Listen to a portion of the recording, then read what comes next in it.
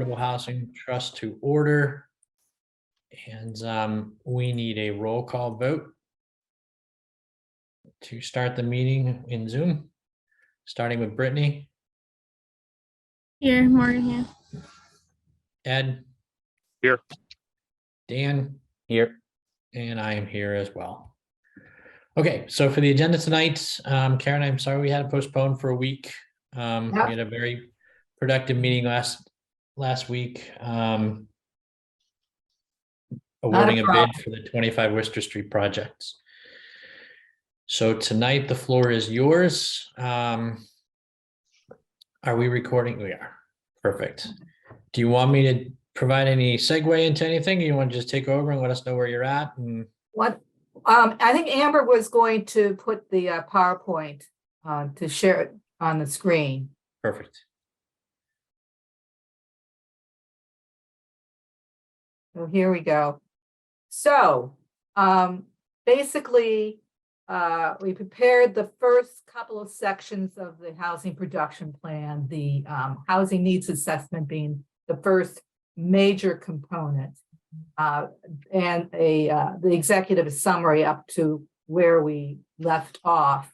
Fiona offered some terrific comments, so I've been in the process of kind of integrating those, and with any additional comments that we have tonight, we'll finalize the draft over the weekend, and we'll get you a updated draft next week. Last time we did the plan, we did the housing forum kind of at the end, where we provided kind of a presentation of the whole plan for community comment. This go around, there was an interest in doing kind of a public meeting midway to present the key findings from the housing needs assessment and engage the community in breakout sessions to go through certain kinds of questions to get feedback into the next sections of the plan, really focusing on the specific strategies. So initially, identifying priority needs and then identifying strategies that are also priorities to meet those needs. This PowerPoint is meant to be presented to this public forum that we're talking about. And various communities refer to it different terms. Housing summit, community housing workshop, housing forum. So basically your preference and what you want to refer to it as after we kind of arrive at a presentation, there'll be a lot of community outreach to get people to actually come. But something to think about. Next slide.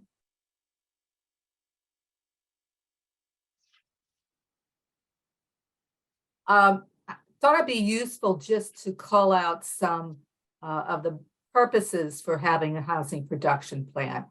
You guys are all hands on this. I mean, we did a plan in 2006, and then after that in 2013 and 2018. The question is, do you think that this still might be something that'd be useful to present at the meeting?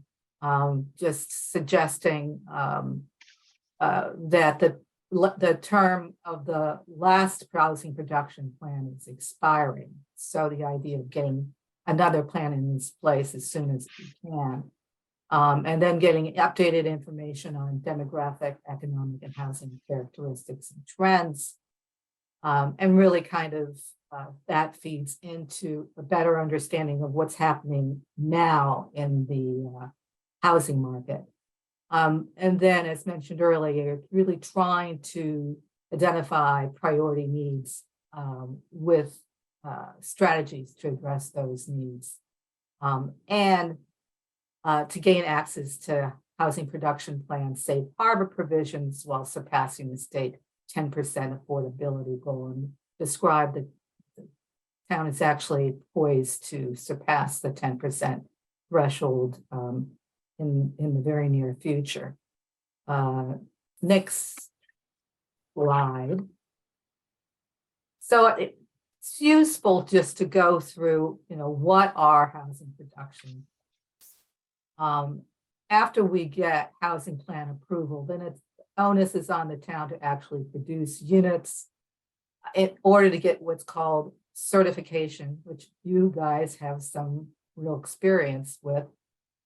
If the town can produce 39 units in any calendar year, then it can submit documentation to the state and get certification for 1 year. If it produces twice 39 units, then it gets certification, or also referred to as safe harbor, for 2 years.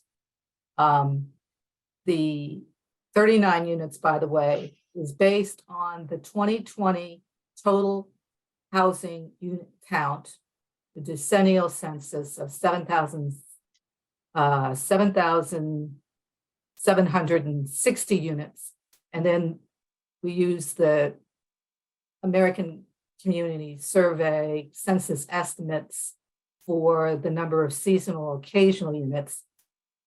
And Grafton has 10. So you subtract that from the total units and you get 7,750 year-round units. And that's where that 0.5% annual housing production goal comes from. And that's where the 10% will come from. Now, DHCD is confirming that seasonal occasional units, but it's going to when they confirm it, it should be very, very close, and 39 units is probably a going number. But as you also know, certification, if you don't actually pull building permits within a year, you can lose safe harbor if you have that 2-year certification, which did recently occur. So Karen, can I just interrupt you for a second? As far as we know right course. now, we're actually out of safe harbor right now, because Yes.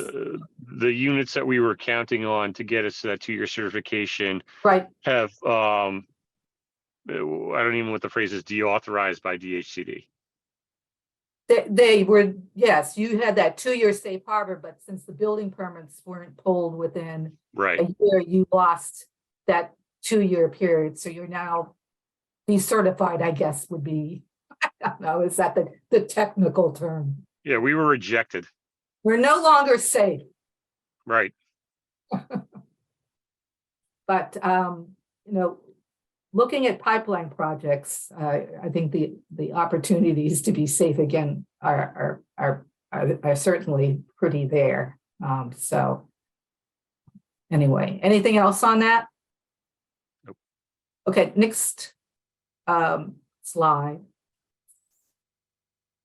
So we're looking here at what is affordable housing. We're looking at what's affordable based on typically the Chapter 40B, but in general, HUD defines housing affordability on spending no more than 30% of income on housing costs. And that's an affordability threshold that we use throughout the document. And the state has also embraced that 30% level. Under 40B, as you know, in order for a unit to count as part of that subsidized housing inventory towards annual housing production goals, towards that 10% affordability goal, where the town's no longer susceptible to overrides of zoning, a unit has to meet a number of requirements.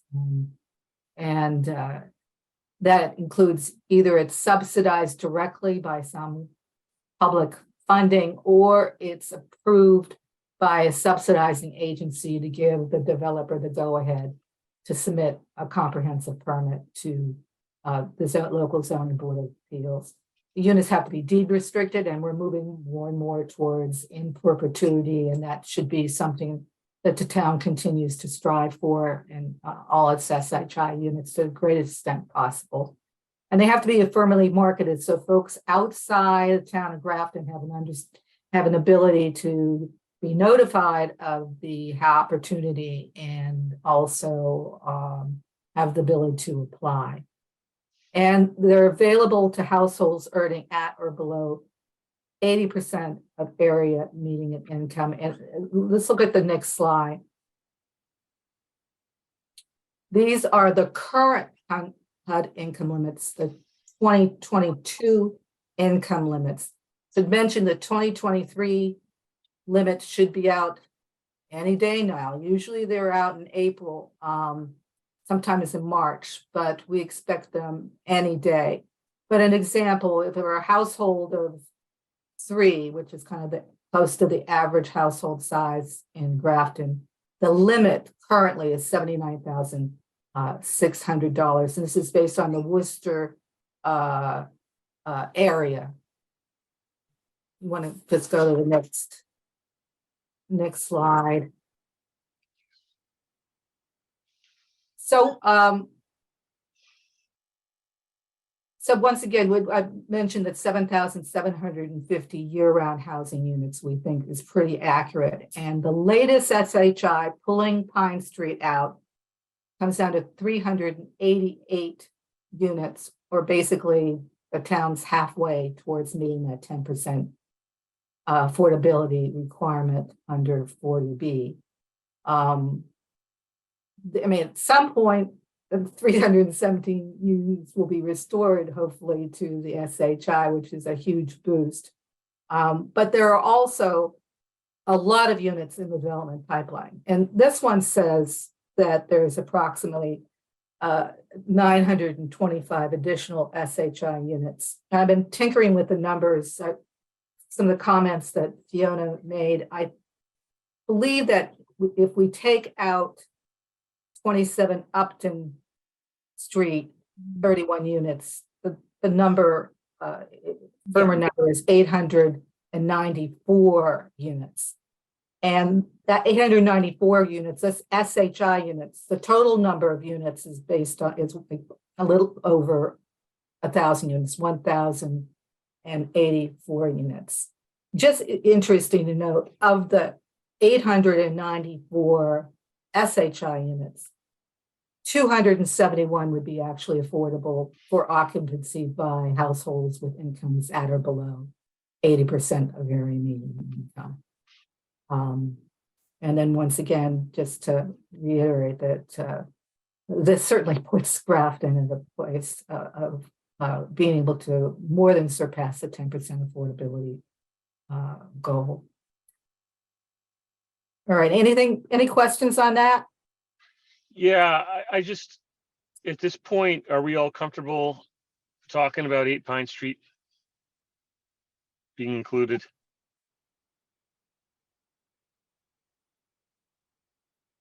It feels like that could easily change by the time, you know, this whole process is over. So it's, I guess I'm kind of, we should probably plan to, you know, mention it or not mention it when this presentation is given, depending on what the reality is. It sounds like it's extremely up in the air from what I've heard of the select board meetings. So That's, Is Yeah. it a possibility that the project would just die? that's what it sounds Absolutely. like. It's not, Absolutely. there's always a possibility, but it's a shovel-ready project that already Right. has its special permit in place. It's a 40R zone. Somebody's going to pick it up. It might not be this year, next year, or the year following, but somebody's going to finance the project. Right, and we So- have had conversations with GSX saying that they're looking ahead to do something within the next 120 days, and that was about a month ago. So, you know, just so folks are aware of that. I mean, whether they actually do something or not, is it to be determined, but To be honest, they're not at the point now where they're going to take this at a loss. So they're not going to get off this horse for a while. mhm. So, which you say whatever you want, it doesn't matter. It's still a project that they sunk a lot of money into, and they still have a permit. So Mhm. if they find financing, all the power to them. They'll start right away. I So- don't know. I mean, I'm just, look, it doesn't serve our purposes to pump their tires like this. All we're doing is we're counting a bunch of paper units in a pipeline so that everybody else can say, well, look, there's 317 units here that are coming. Why do we need these other units? Like, I feel like we're having the same conversation as a trust that the administration was having about UPS a couple of years ago. Well, they've invested so much money into this lot of land, they're not going to walk away. Sure, they will. If it serves their bottom line. They haven't done anything with this property in forever. They're stringing us along, basically saying, sure, we will eventually have some money someday. Nobody knows anything. Why are we as a trust including 317 units in a pipeline, telling the public that we've got these additional units when they may or may not ever come to fruition based on our interactions with GSX? You can say that about every one of the projects, so that's the problem. No, Kathleen, no, You sure? I don't know that that's true. Is there a project out there now that's as far along as this one, promoting this many units? This has a Not that many funding units, problem. but there's 25 Worcester Street. I mean, I don't know. Like, I'm not as eager to count paper units, I guess, as everybody else is, because all I'm we're fine with doing that is argument. lurching toward a place where we're saying, sure, we've got all these units in the quote unquote pipeline, whatever the hell that means. And all the pipeline does is convince the public that we're doing enough to establish affordable housing, and really we're not. So I guess I'm just not as eager to say, oh yeah, GSX, sure, that'll happen. You know, you pull a permit, you sit on it for a long enough time, I gotta wonder what you're doing. Oh, fair enough. And I haven't heard anybody tell me that, yes, at such and such a date, 6 months from now, we're gonna have shovels in the ground. I haven't even heard anybody tell me that they've got financing. Like, really? 317 units? That seems like that's still a pipe dream to me. Well, Kathleen, please, you got your hand up.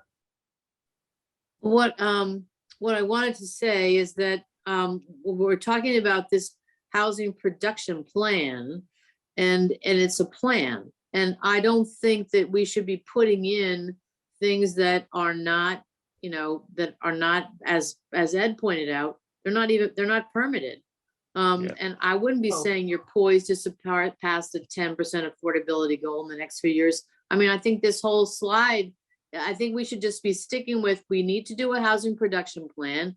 We have some things that look like they might help us on that housing production plan, but I wouldn't be putting in stuff that isn't, I'd make it more general that, oh, there's some things that are coming along, but we don't have anything like a guarantee on any of those.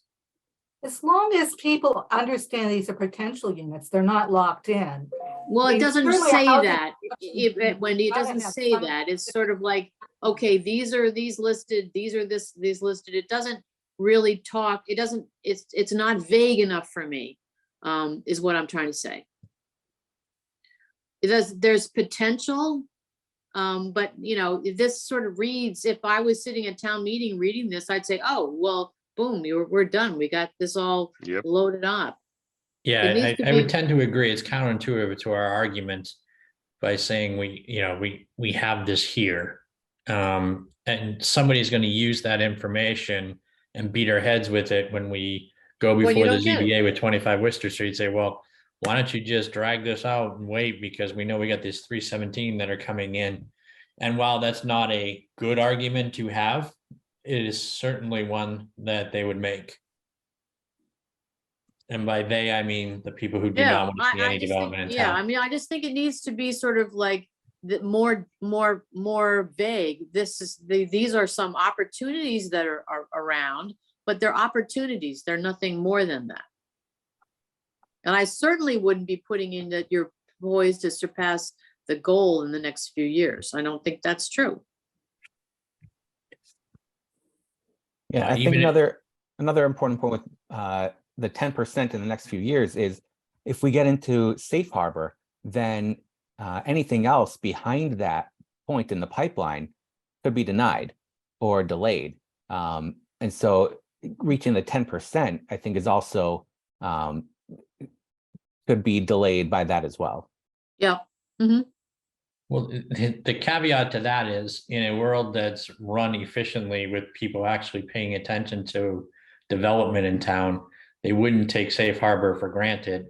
And they would be looking at the next project to remain in safe harbor. I know, Ed, you're laughing, but I mean, if it was run properly, everybody would be in alignment here that says, okay, we need to look at other projects because we're going to eventually be out of safe harbor and we need to continue to develop units. And But then we the were other at the side of fi- that well, is you should be doing we were this at the- because you need to help Yes. people get into homes. But we were at the 59 Pleasant Street meeting down the street a couple weeks ago, and we heard the crowd ask the ZBA, can't you just string it out a little bit so that you can arrange the permitting so that we get the 34 units, so that we don't actually get more units than that? And the response, generally speaking, was, if we would, we could. Yeah. So All right. I don't want to play their game. I'm not willing to concede that GSX will show up, with funding when, look, also, and probably Kathleen knows this too, the construction industry is in disarray right now. The idea that GSX is suddenly going to show up with funding and money and permits tomorrow to get us to where we need to be is kind of far-fetched. If they wanted to put a shovel in the ground, they would, but right now they cannot. And I've been doing this long enough to know that if you can't when you say you want to, that probably means you're not going to. Delay is the death knell of all of these projects. So no, we're no further, literally no further along to getting to 10% than we were 5 years ago.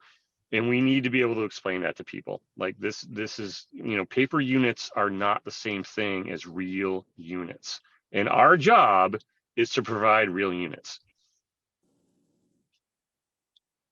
Yeah, but the real units have to come from somewhere, and part of doing this plan is identify where they're going to come from. And if Sure. there are some proposals out there that seem reasonable, and we do have some who have units that have been kind of A-OK by the Board of Selectmen, they should be part of the plan. Well, what I would prefer to say then is, as Kathleen mentioned, there is availability for development at 8 Pine. And there is availability for development on Upton Street. There is availability for development at 25 Worcester Street.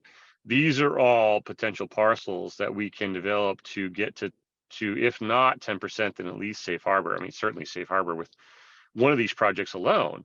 But right now, to say that we are on the verge of surpassing 10%, we're really not. And we don't have a development pipeline for Pine Street Village is a joke. I don't Right. think that's the Okay. case at all. All right. We can probably move on from this slide as soon Yeah, as you let's burn it, do Karen. that. And, I'm hearing you. Some of this is for the first time for me, so I'm That's why we're taking doing it in. tonight. Okay, next slide. I'm not going to read through all of these, but these are the goals that the Housing Trust has had in play for a while. Part of the exercise in the community housing workshop is for folks to kind of also offer their aspirational goals, things for the town to strive for.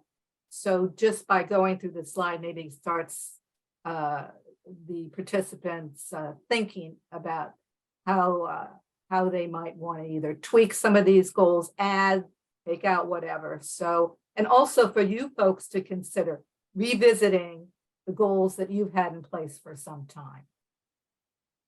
So I think we can, any questions on that? No, I go ahead, Bruce. We do have an initiative that Eric started with the CPC to provide rental and mortgage assistance on a continuous basis, not just the COVID relief that we handled in-house. Are you guys, can you guys send me information on that? Yeah, I'm gonna email Eric. He couldn't be here tonight, so I will, I'll have him send that over to you. It's Wonderful. not gonna be voted on until, the May town meeting, so. But it, But that's I important. imagine it will pass and it will probably, should be included in this as a goal to maintain and monitor that service. Yeah, although there's a difference between goals and strategies. Well, So, I would you know- like it here because it's, you know, we could turn over a significant amount of our membership. And I'd like that continuity of service for the next 5 years. So the goal is to maintain that program. Okay, We can further detail how we take care of it. gotcha. Okay, that's good. Thank you very much. And that's primarily going to be CPA dollars. So they're going to have a lot of influence over that because if it ever needs to be refunded, it's got to go back to town meeting again. It's only going to have a simple amount of money in it now. Yeah, I'm interested to see how it's being structured. Cool. Okay, next slide.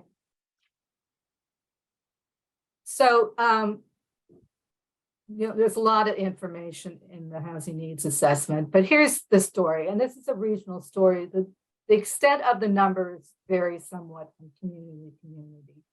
But basically, you're seeing a lot of migration from eastern, southern areas of the state coming into Worcester County, looking for more affordable living opportunities, which puts more demand on housing.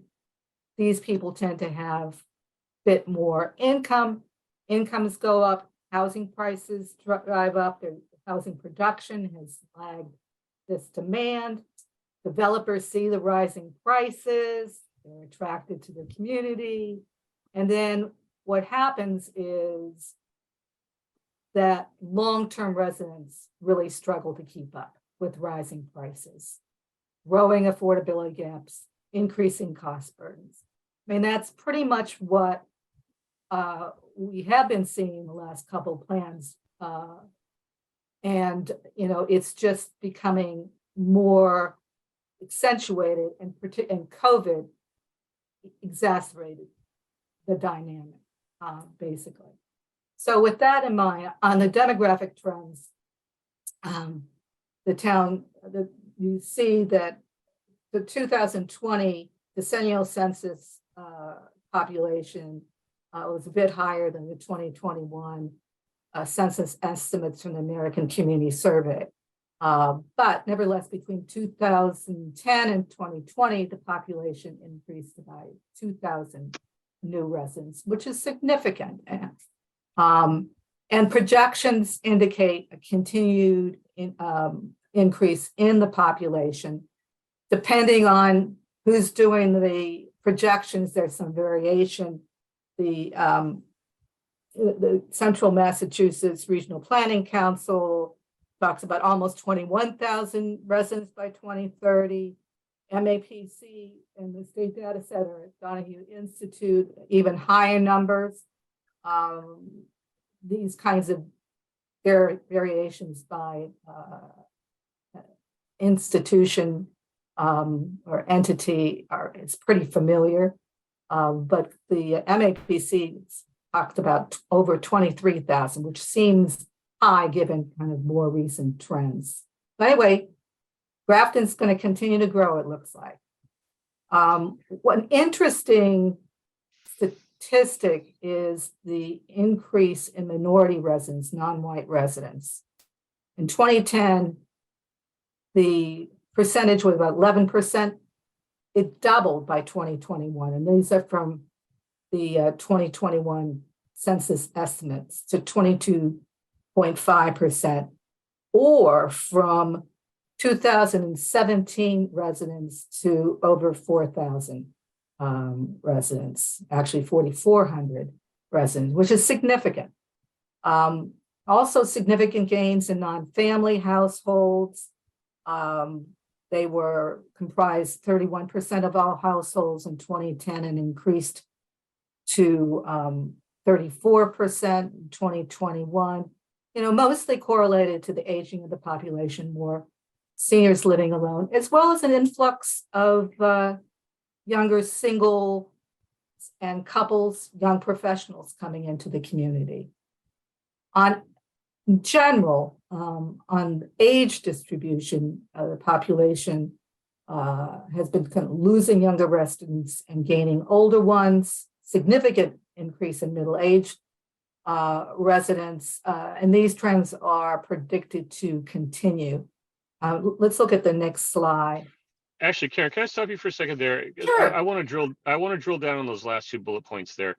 It seems to me what those last two bullet points are saying is over the last 10 years, Let's look at the next I've got- slide and you can ask the question because the next Okay. slide talks about this specifically. Okay, okay, so that let shows me just the look at, distribution by age cohort 2000, 2010, and 2021. I think this is telling me what I think to be true.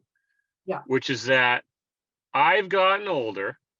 My neighbors have gotten older. We all bought in when we were younger and the housing was cheap. Nobody has come in below us.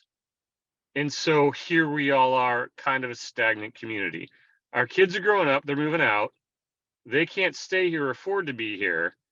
And here we all are sitting on $750,000 worth of equity because we bought at $200,000. And Yep. and the people I'm looking around at are the people I'm going to be looking around at till the day I die. What was that Like last that's part? what People are looking. until the day I die, because nobody that was born here can afford to come back here is my issue. Well, I think you're talking in general, that most of the people who are buying into the community now aren't from Grafton for sure. And Right, so long-term residents that you're saying couldn't afford to buy into the community now.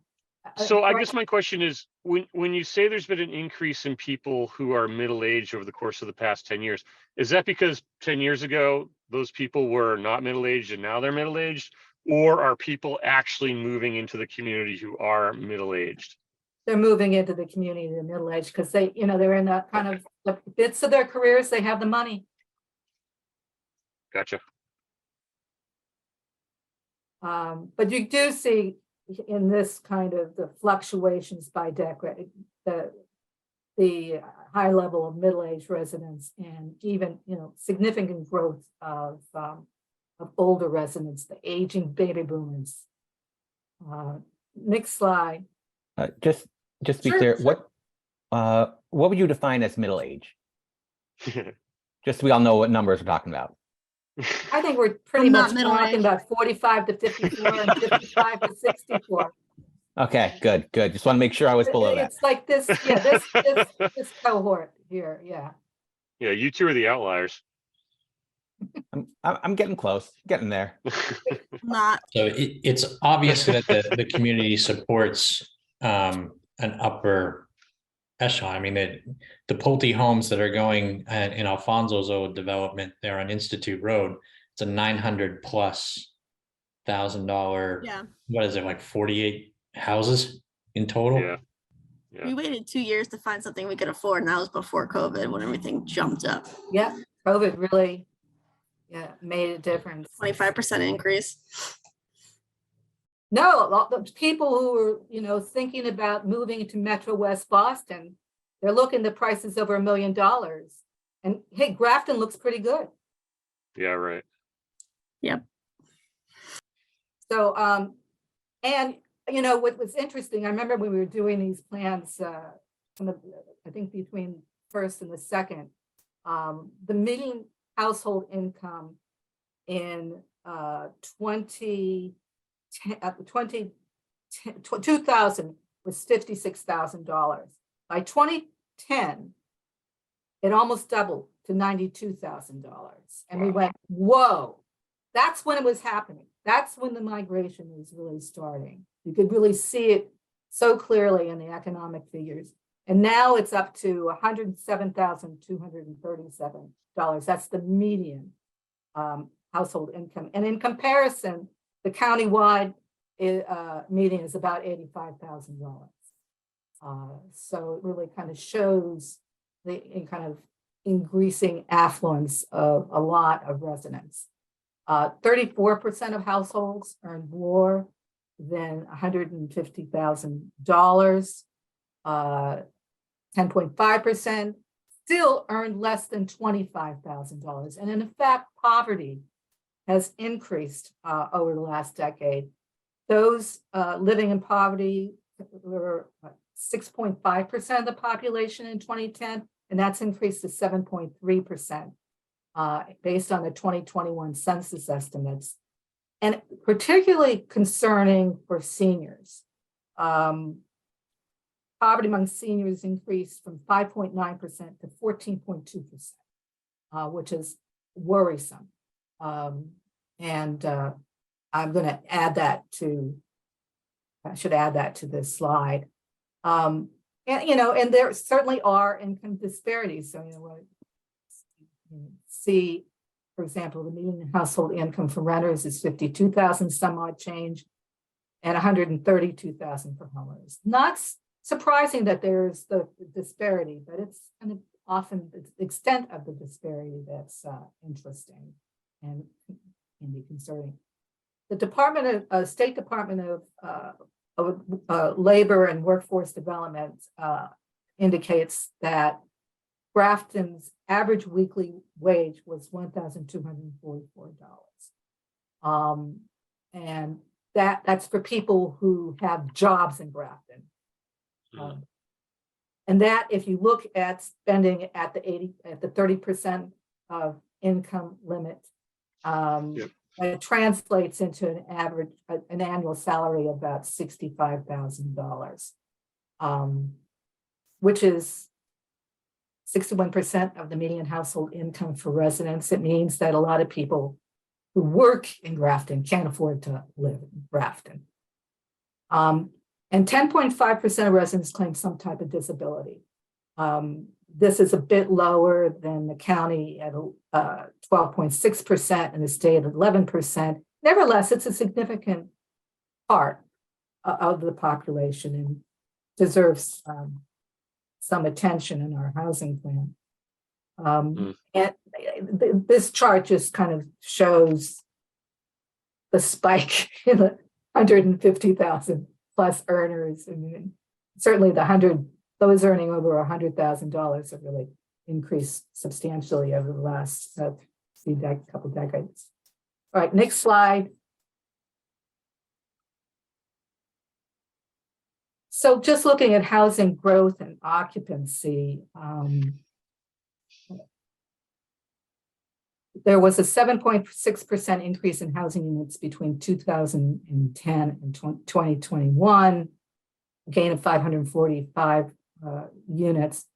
You know, we're still seeing continued housing growth. However, in previous decades before 2000, the town was producing at least 1,000 units per year. So we're talking about the last decade, half the production. And should I mention the development pipeline? But there are a number of irons in the fire, and it looks like the town will be able to increase housing production somewhat more during this next decade than it did before in previous one. Housing growth included a 3.4% increase in owner-occupied units and a 23.2% increase in rentals, respective gains of 174 units for owner units and 402 units, respectively, really signaling an increasing diversity of housing types in Grafton, which is a good thing. Significant expected upturn in rental housing growth given pipeline projects. Maybe I should tone that down. Take your call. Just give owner occupancies at 71.5% and 76% of units are in single family dwellings. Low vacancy rates, not surprising given the type. 0.5% for home ownership and 4.5% for rentals. Pretty comparable to county and statewide levels.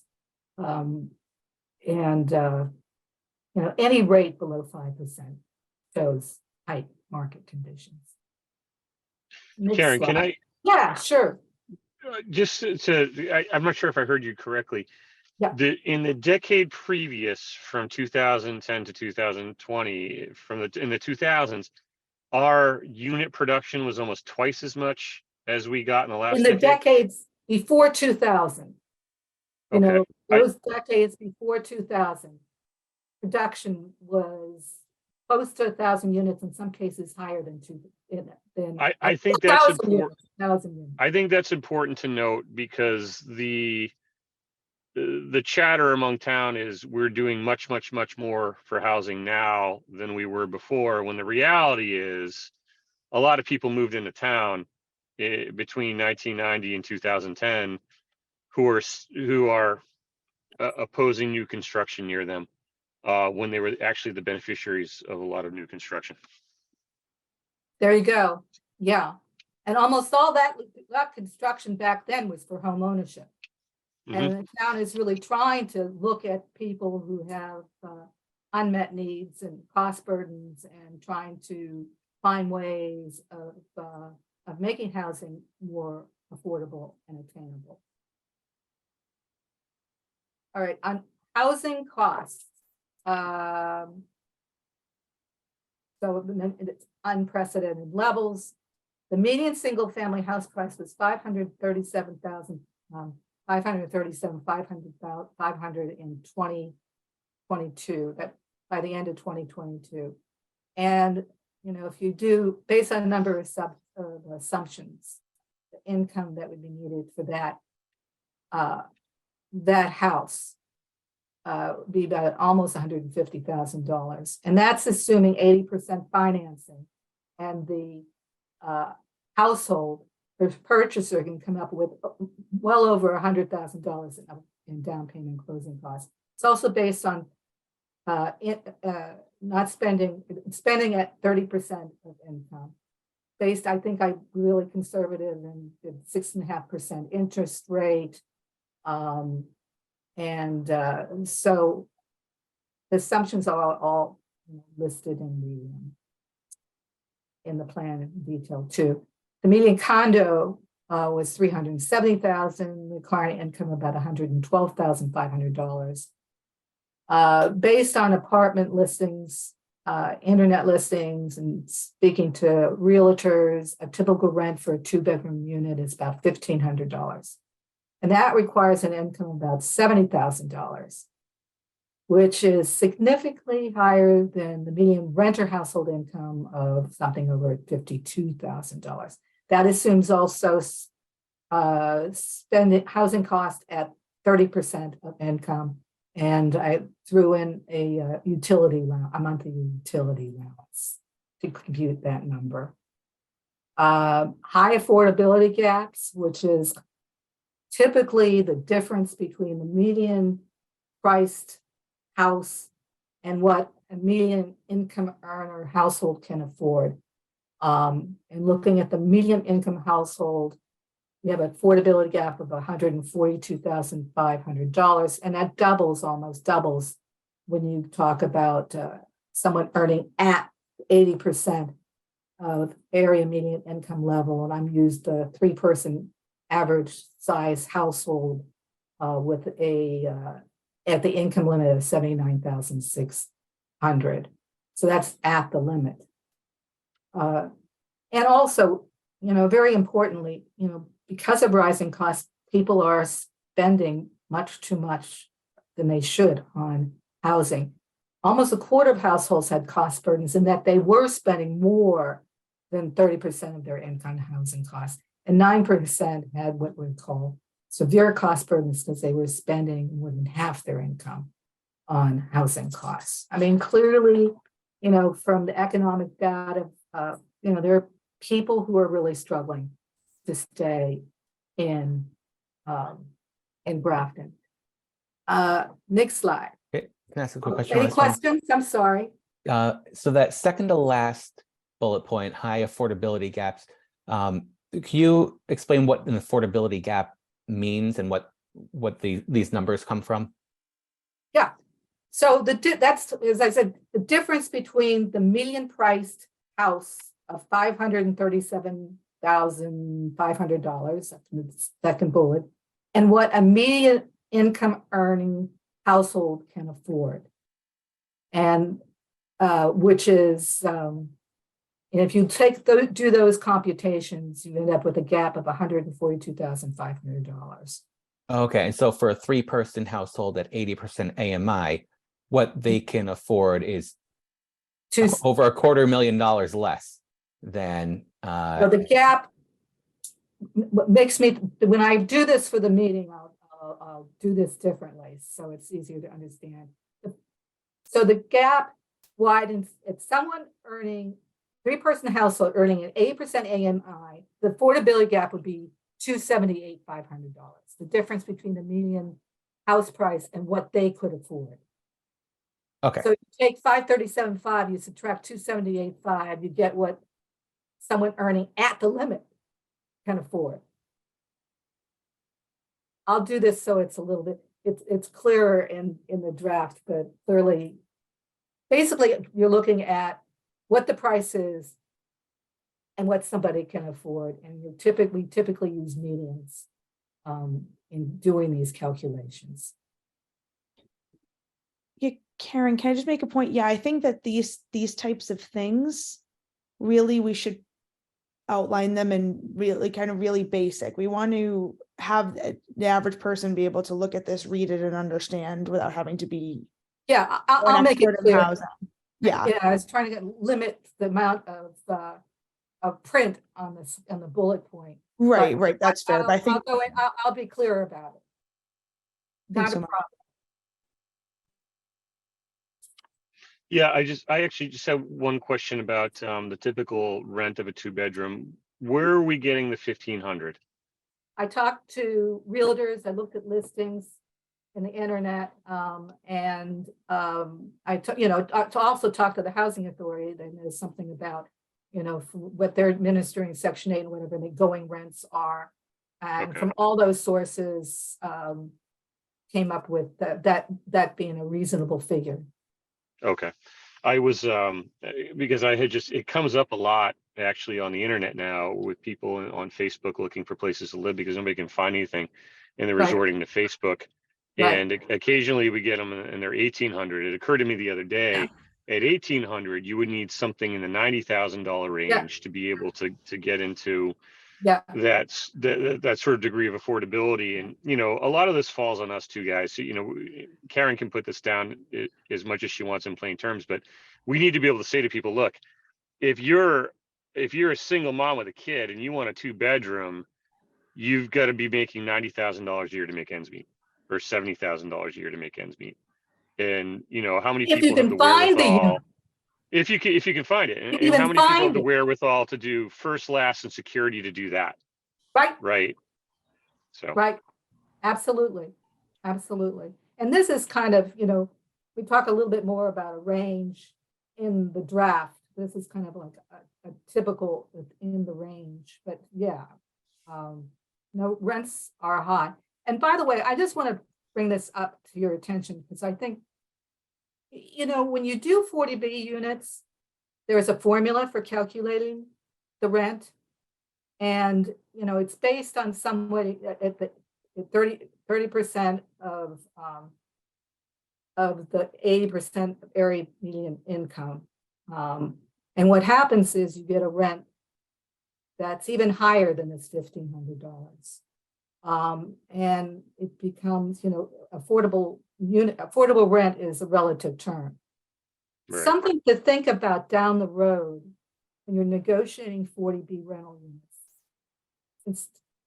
Instead of 25% of the units at 80% AMI, think about 20% of the units at 50% AMI. So you're at least getting down to some of the lower income groups. And we know from cost burdens that there is a lot of need there. People who are really struggling, they're spending more than half their income on housing. They're making less than 50% of AMI. God knows how they're hanging on. But that's something for you to think about And we can include some of that in the strategies, but something to think about in negotiating 40Bs. That's a good point. Anyway, next slide.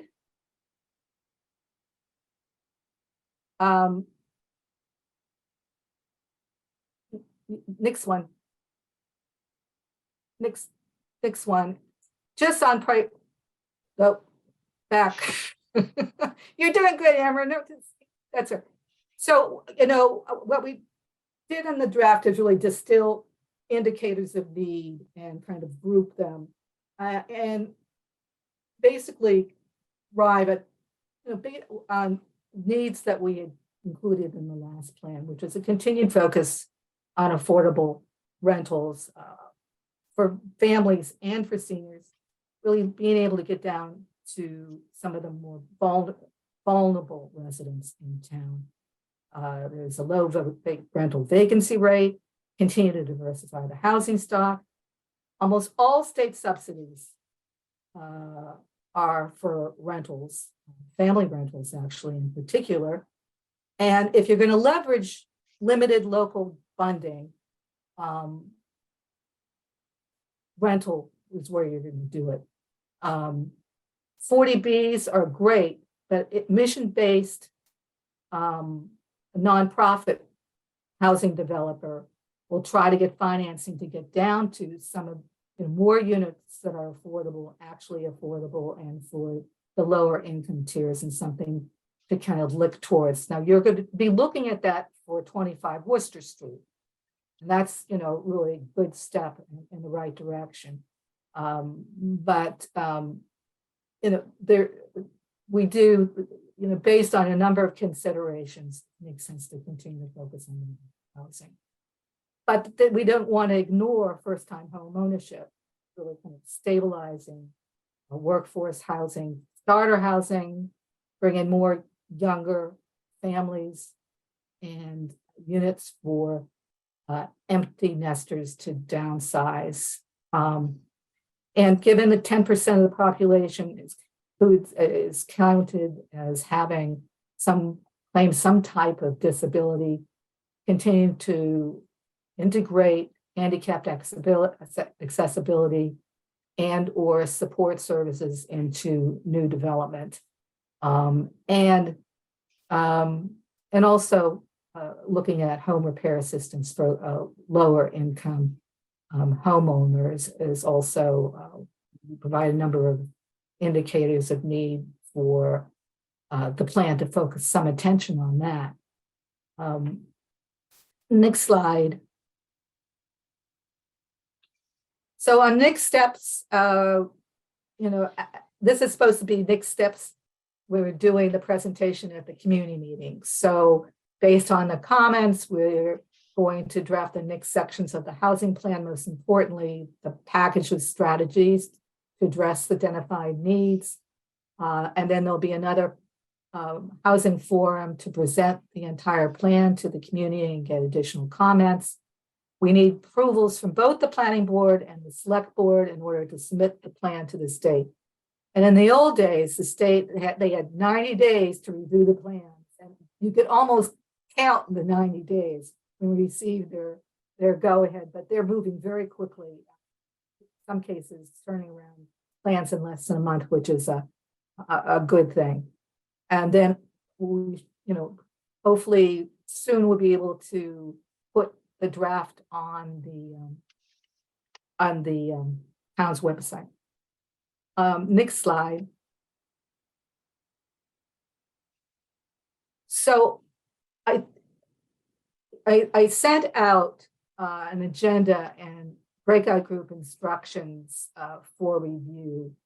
But in general, what we've done is to do a PowerPoint, that we do this PowerPoint presentation to the whole group of participants, have like 15-minute discussion questions type of time, and then we'll break into small groups, and each group will identify a facilitator, or you folks could decide to identify facilitators ahead of time, and then somebody's there to record the comments, And then in turn, within these groups, everybody gets to answer these questions as an icebreaker, basically, kind of what does affordable housing mean to you? Just get people talking in turn.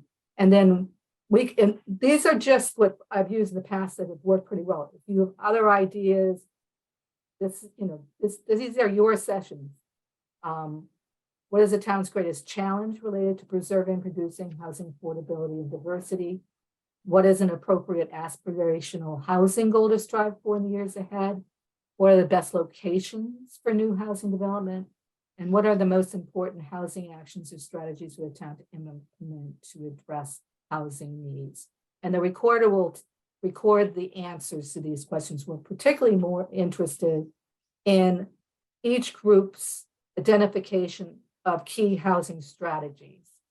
And each group, after the allotted time, will present their top 6 priority strategies to the entire group. And then that whole group will be able to vote on those strategies that they are most aligned with, and we'll get sticky dots or whatever. That format usually takes 2 hours. Usually it's been very engaging. Been able to get a good amount out of that process, but we're certainly open to discussion from you folks on how you'd like to see the workshop progress. Karen, who usually shows up to these? I'd say there's three groups. One is, representatives of various important town boards and committees who have an involvement in the affordable housing issue. That's one. And 2 are the usual suspects, the people who always go to these meetings. For one reason or another, most communities know who's going to show up because they're very engaged in what the town's doing.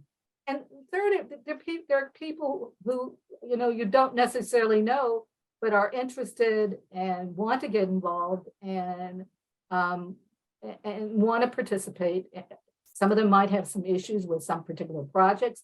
Others just are concerned because they don't know what their son's going to do, or they're having a hard time with housing. So there's that group that you just not certain who's going to show up, but who are really helpful.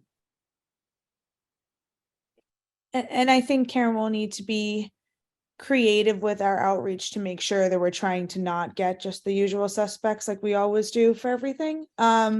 Particularly folks from the, housing authority, maybe some other underrepresented groups, et cetera. And I'll help with that, of course. But yeah, I think we should really I'm going to strive. rely mostly on the town to do the outreach. Yeah. I can give you a press release and Mhm. whatever, but yeah, I mean that social media these days is really helpful. Mhm. News blasts from town hall, various entities. When I've interviewed people, I've told them that this will be something that'll be happening and really kind of making, asking them would be important for them to participate. So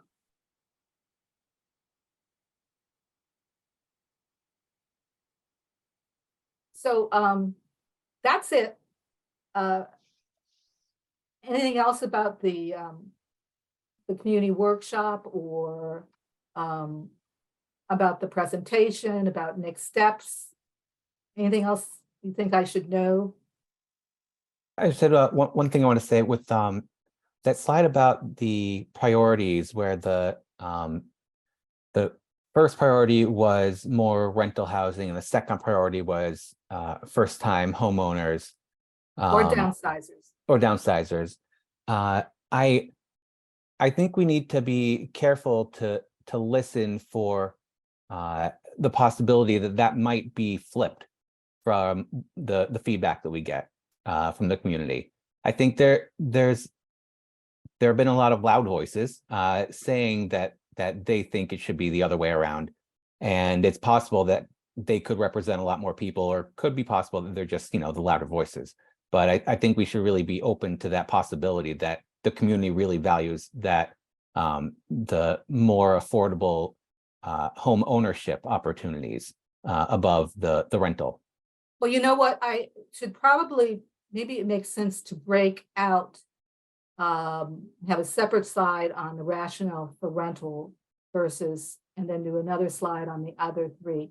And one of the real pressing issues is that if you're going to do home ownership, you know, there are no subsidies to leverage. I mean, the only option is you do a couple units with CPA assistance, or you do a 40B, where there's internal subsidies. There is no opportunity to get money really from the state or from the federal government and stuff, besides maybe some down payment and closing costs assistance type of thing. And do those So- usually have deed restrictions on them too? So that Oh, they all, yeah. once you The sell affordable them, ones you have deed to- restrictions, yes. Yeah. And they're prescribed, pretty much that's prescribed by the state. You have to use. Yeah, them. so when you sell them, there's not much of a profit. You have to give, it's like a certain amount. No, they're indexed to changes in the HUD area median income limits. So your equity basically grows as the income limits increase, so the units stay affordable. So that kind of leads to sort of a bigger problem I see in like across this whole space. It feels like the tools that we have from the state, you know, 40B and CPA, it feels like they don't actually address the problem. It feels like we've had 40B for what, like 60 years now. It's not working. And What makes you Yeah. say that? well, we still have that housing crisis, and it's getting worse. It's getting harder and harder to afford a home. But without 40B, what towns it's- would really embrace multifamily rental? I mean, it's better than nothing, definitely. Okay, But I'll take but that it- as concession. yeah, it feels like we need either an improvement to it or just a new solution from the state level, that it just feels like we can't really fix the affordability problem from the town of Grafton. It feels like we have just very little power to provide people with affordable homes. Like, if people want to own their own home, we can't really help with that. Like, I don't know. It seems like that's what it was, you know, like I was saying, in this previous generation of people who moved in here and bought the homes when they were affordable, and now own a home that's not affordable to somebody else. Well, it's You the know, price there- of land. It's the price of land. It's not the house anymore. It's the price of land. And Yeah. if you're gonna build one unit on the land, that house has to cost a lot of money. If you can't Right. use economies of scale and some density, you can't get down to any level of affordability. And also subsidies are limited. I mean, you have CPA money, but subsidies, the amount of resources that's needed certainly isn't sufficient to address, make it a substantial dent. I do think, though, that maybe some communities more than others, the MBTA community guidelines will push up some supply. You know, should I say, pipeline projects, by creating potentially more supply, potentially with, economics 101, some of the prices might go down. But in any case, it is frustrating. I think one of the key things that we need to take away from it, and Dan's entirely right, and Karen obviously too, is how we talk about this. It really is a very simple supply and demand issue. I recently had it told to me that, well, you guys being the Affordable Housing Trust, we're trying to force or shove something down people's throats with 40B projects. And quite the opposite is actually true. What we're forced to reckon with is single family zoning and the amount of land that takes up. If you've got 1 acre per home, 3, 4, 5 people in it, you are pricing out everybody else, because God's not making any more land, and That's we right. only have what we can have to deal with. If you increase density, then you increase the availability of units on a smaller lot of land. You can assist with affordability. That's not forcing someone down somebody's throat. That's actually the opposite. It's relaxing the restrictions that government has on what you can do, seller of 59 Pleasant Street or seller of 25 Worcester Street or whatever other lot of land is out there. It's it's relaxing the restrictions on what you can do. So quite the opposite, all you free government, get government off my back people. We're telling you, you can do with your land what you want to do with your land through Chapter 40B, which is the highest and best use, which is at this point housing, because there's so little housing. And it's the real challenge around here, Karen, is getting people to understand that. You know, when I go to a ZBA meeting and the very reasonable co-chair, I think, of the ZBA says things like, yeah, Chapter 40B is unfair. I'm like, God damn it. If only I could reach that guy.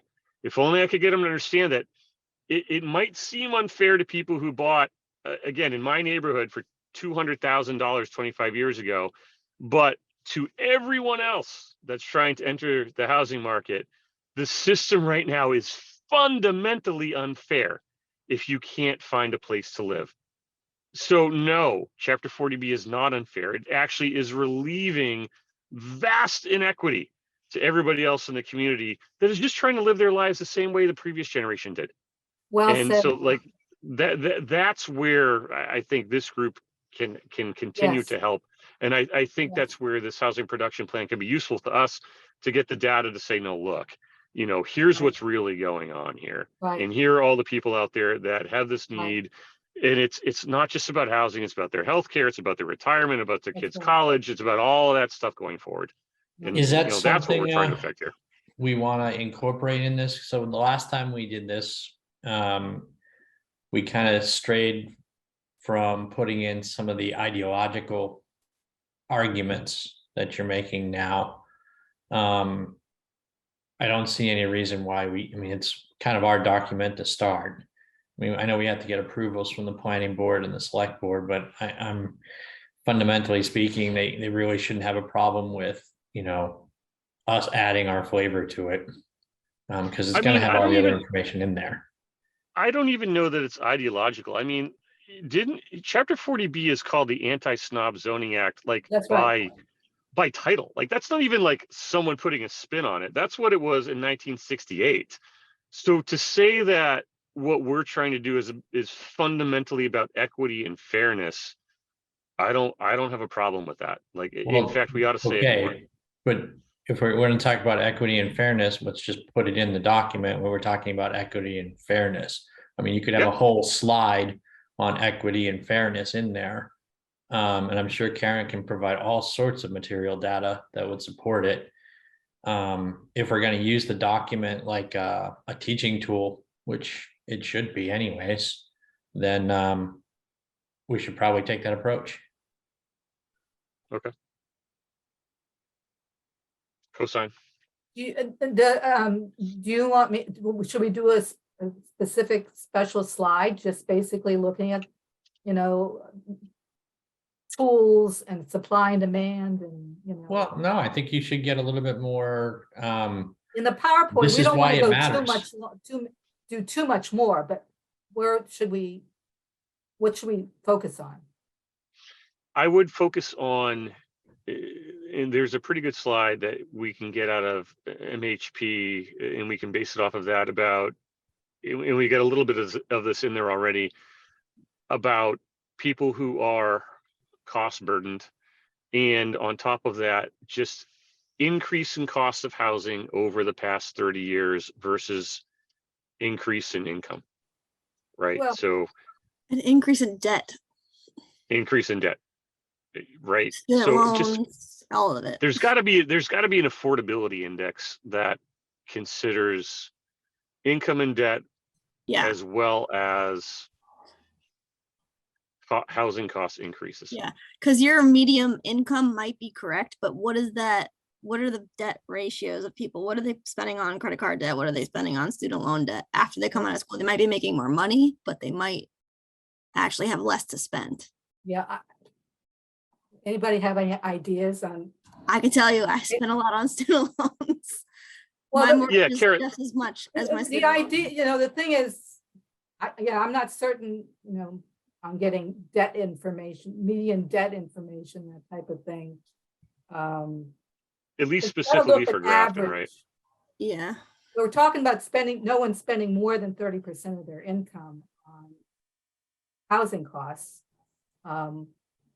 If we could get a figure on adding on that, what's a typical, you know, debt? I mean, there's one thing is mortgage versus, you know, I have information on mortgages without mortgages, but on school debt and that type of thing, don't have data on.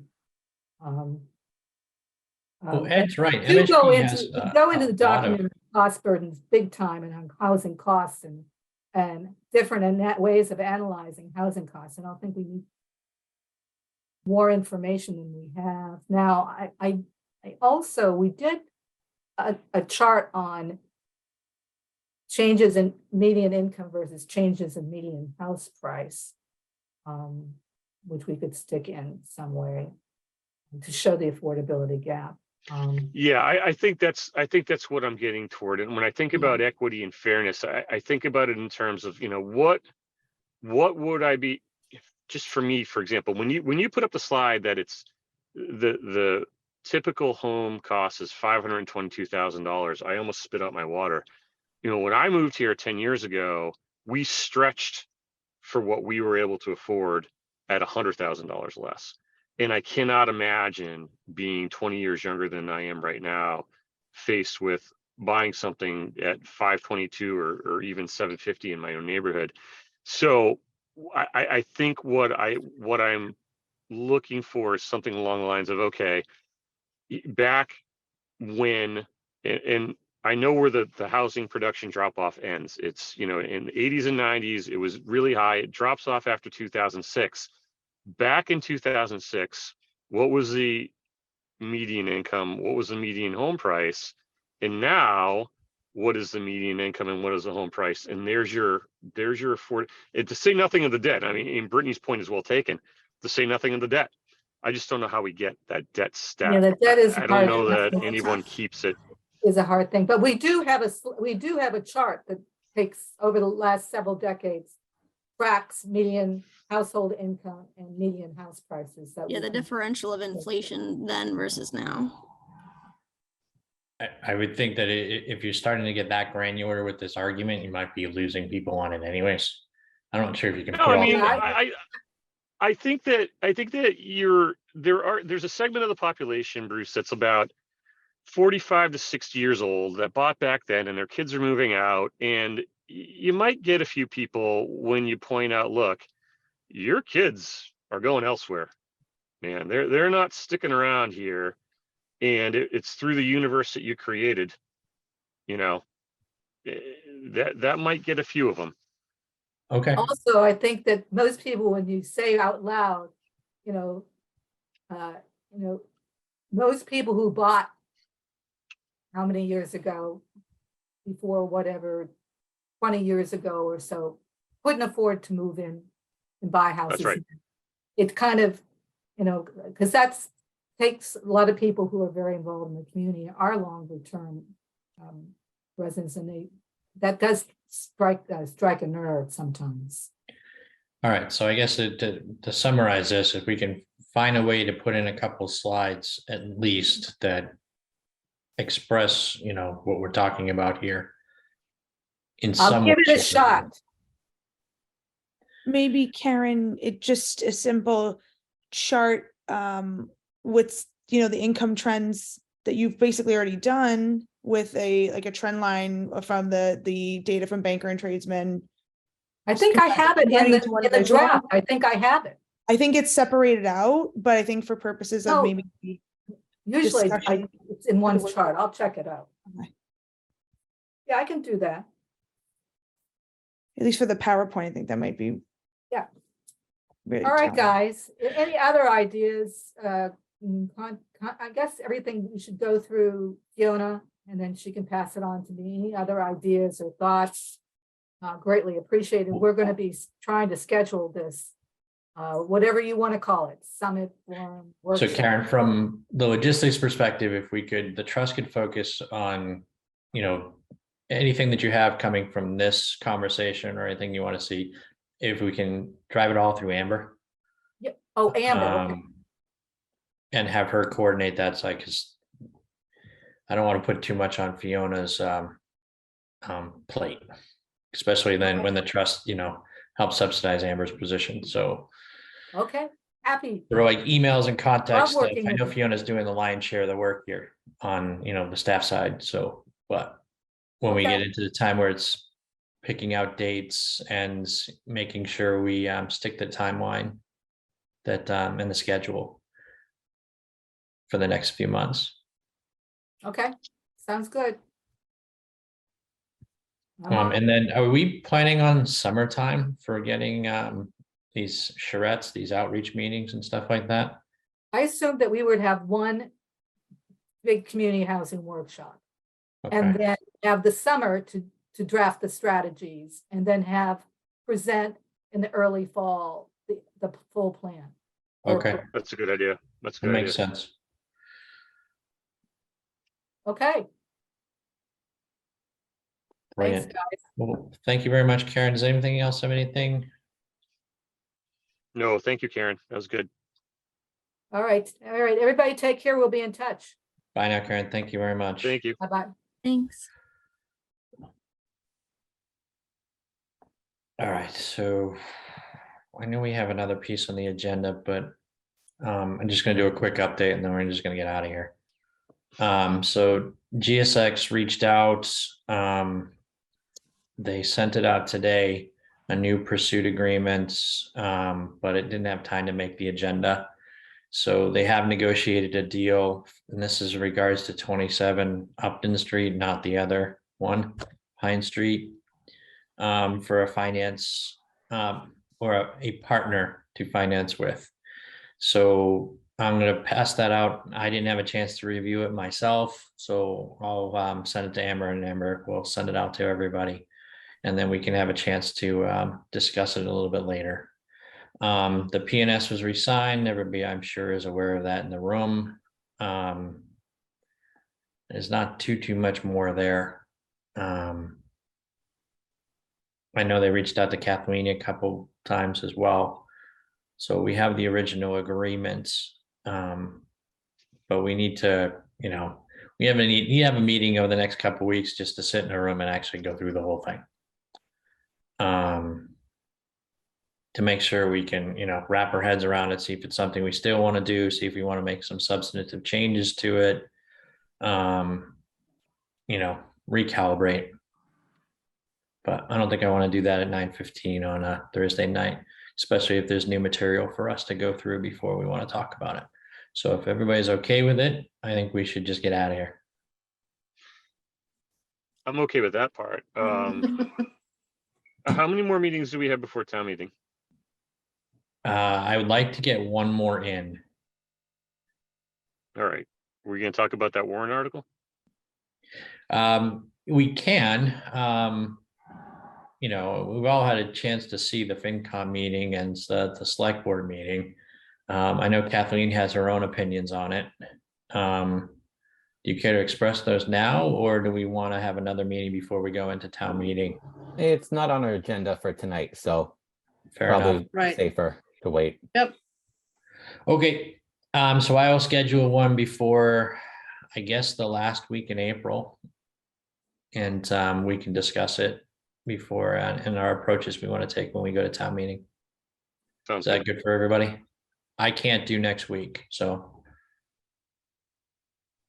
Great, I will entertain a motion to adjourn. We have minutes if you want. I don't know if you want to. They're in the Well, not really, packet, so Dan, might but as now well. that you brought it up, sure. It's quick. Fire away. I move that we, oh, where is it? I move that we accept the minutes from the March 9th, 2023 meeting as presented. So moved. Any discussion? All those in favor by roll call, starting with Brittany, Aye. Dan? Aye. Ed? Aye. And Bruce is an aye, passes unanimously. Now I will entertain a motion to adjourn. So So moved. move. Second. All those in favor by roll call, Brittany, Hi. Dan, Aye. Ed. Aye. And Bruce is an aye. We are adjourned. Thanks everybody for coming. Appreciate it, Fiona.